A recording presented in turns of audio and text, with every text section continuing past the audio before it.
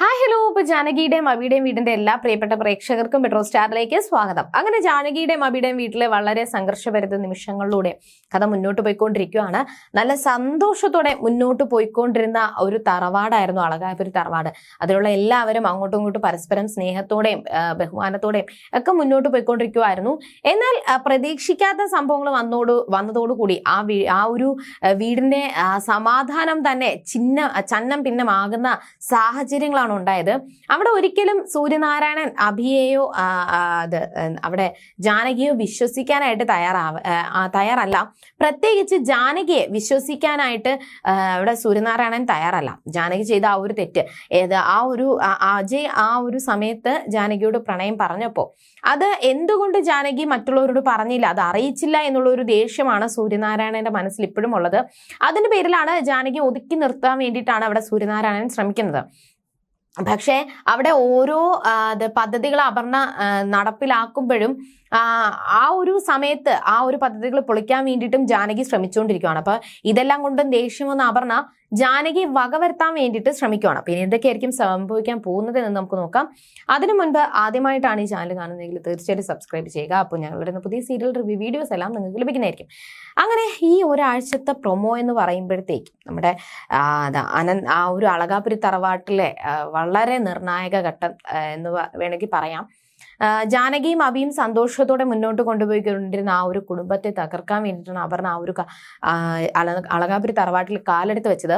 അപ്പൊ അതിന്റെ മുന്നോടിയായിട്ട് നടക്കുന്ന പ്രശ്നങ്ങളാണ്, പ്രത്യേകിച്ച് പൊന്നുവിന് സംഭവിക്കാൻ വേണ്ടിയിട്ട് പോകുന്ന വലിയൊരു അപകടമാണ് ഈ ഒരാഴ്ചത്തെ എപ്പിസോഡിൽ കാണാൻ വേണ്ടിയിട്ട് പോകുന്നത്. എന്തായാലും പ്രൊമോ എന്ന് പറയുമ്പോൾ തന്നെ നമുക്ക് പ്രൊമോ കാണുമ്പോൾ തന്നെ കുറച്ചുകൂടി ആ ഒരു കഥയിലെ എത്രത്തോളം തീവ്രത ആണ് ആ പ്രശ്നങ്ങളുള്ളത്, അല്ലെങ്കിൽ എന്ത് സംഭവിച്ചു, എന്താണ് എന്നും ക്ലിയർ ആയിട്ടൊന്നും കൊടുത്തിട്ടില്ല. പക്ഷെ ആ ഒരു പ്രൊമോ കാണുമ്പോൾ തന്നെ ഏകദേശം കാര്യങ്ങൾ പിടികിട്ടുന്നുണ്ട് എന്തായിരിക്കും സംഭവിക്കുന്നത്. എന്തായാലും അവിടെ ജാനകിയെ അവിടെ നിന്ന് ഒഴിവാക്കിയാൽ മാത്രമേ, ജാനകിയും അബിയും ആ വീട്ടിൽ നിന്ന് ഒഴിവാക്കിയാൽ മാത്രമേ മറ്റുള്ളവരെ അടിച്ച് പിരിച്ചിട്ട് ആ ഒരു തറവാടിനെ തകർക്കാനായിട്ട് സാധിക്കത്തുള്ളൂ, സ്വത്തുക്കൾ കൈക്കലാക്കാനായിട്ട് സാധിക്കത്തുള്ളൂ എന്ന് അപർണയ്ക്ക് മനസ്സിലായി. അപ്പോൾ ഏതൊരു വിധേനയും ജാനകിയെ തകർക്കാൻ വേണ്ടിയിട്ട് ശ്രമിച്ചിട്ടും ഒട്ടും സാധിക്കുന്നില്ല. അപ്പൊ പിന്നെ ജാനകിയുടെ ആ ഒരു ജീവനെ തന്നെ അപകടത്തിലാക്കിയാൽ മാത്രമേ ഇനി തനിക്ക് രക്ഷയുള്ളൂ എന്ന് അപർണ തിരിച്ചറിഞ്ഞു.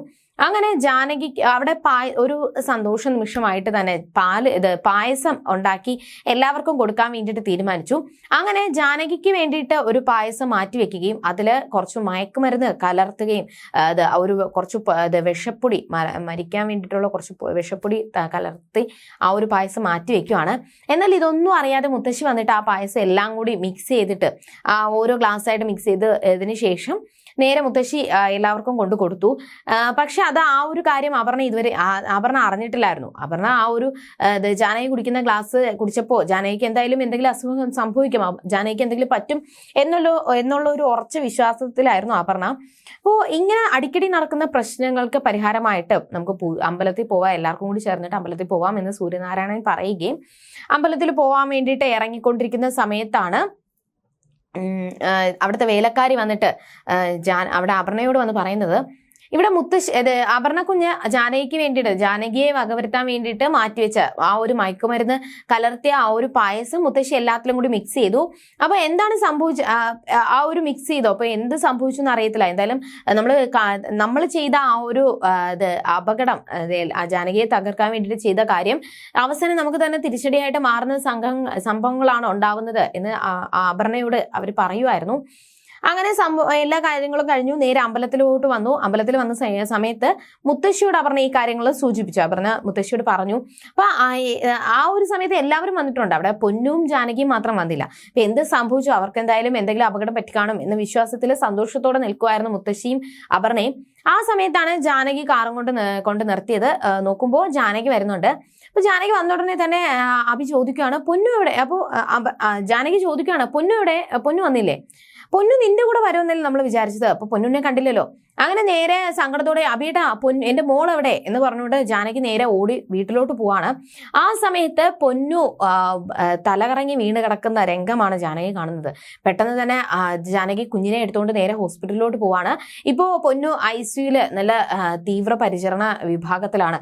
അത്രത്തോളം ക്രിട്ടിക്കൽ സ്റ്റേജിലൂടെയാണ് ഇപ്പൊ പൊന്നു കടന്നു പോയിക്കൊണ്ടിരിക്കുന്നത് എന്നാണ് അവിടെ ഡോക്ടർ പറഞ്ഞത്. അപ്പോൾ പൊന്നുവിനെ ഓർത്ത് ഭയങ്കര സങ്കടത്തിലാണ് ജാനകിയും അബിയും അവിടെ നിൽക്കുന്നത്. ഈ ഒരു സമയത്തും തന്റെ കുടുംബത്തെ എങ്ങനെ സംരക്ഷിക്കാമെന്ന് മാത്രമേ ജാനകി ഓരോ നിമിഷവും ചിന്തിച്ചിട്ടുള്ളൂ. എന്നാൽ അവിടെ ജാനകിയെ പോലും തകർക്കാൻ വേണ്ടിയിട്ടാണ് അപർണ ശ്രമിച്ചുകൊണ്ടിരിക്കുന്നത്. ആ ഒരു ശ്രമം അവസാനം അപർണയ്ക്ക് തന്നെ തിരിച്ചടിയായിട്ട് മാറുന്ന സംഭവങ്ങളാണ് ഉണ്ടാകുന്നത്. ഇതുവരെയും ജാനകിയെ വിശ്വസിക്കാനോ അല്ലെങ്കിൽ ജാനകിക്ക് മാപ്പ് കൊടുക്കാനോ അവിടെ സൂര്യനാരായണൻ തയ്യാറായിട്ടില്ലായിരുന്നു. എന്നാൽ ഈ ഒരു സംഭവത്തോടു കൂടി പലരുടെയും ജീവിതങ്ങൾ തന്നെ മാറിമറിയാൻ വേണ്ടിയിട്ട് പോവാണ്. അതോടുകൂടി തന്നെ പലരുടെയും പ്രതീക്ഷകളും താളം തെറ്റാൻ വേണ്ടിയിട്ട് പോവാണ്. പിന്നെ എന്തൊക്കെയായിരിക്കും ജാനകിയുടെയും അബിയുടെയും വീട്ടിൽ സംഭവിക്കാൻ പോകുന്നത്? എന്തായാലും വളരെ നിർണായക ഘട്ടമാണ് ജാനകിയുടെയും അബിയുടെയും ജീവിതത്തിലെ. വളരെ എന്ത് സംഭവിക്കുമെന്ന് അറിയാൻ വേണ്ടിയിട്ട് പറ്റുന്ന ഒരു എപ്പിസോഡാണ് ഈ ഒരാഴ്ച. ഈ ഒരാഴ്ചയോട് കൂടി തന്നെ അപർണയുടെ ചതിയും തനിനിറവൊക്കെ പുറത്താവാനുള്ള എല്ലാ സാധ്യതകളും ഉണ്ട്. അപ്പൊ ഇനി എന്തൊക്കെ സംഭവിക്കുമെന്ന് വരുന്ന ആളുകളിൽ കണ്ടറിയാം. ഇതുവരെയും ബൈ.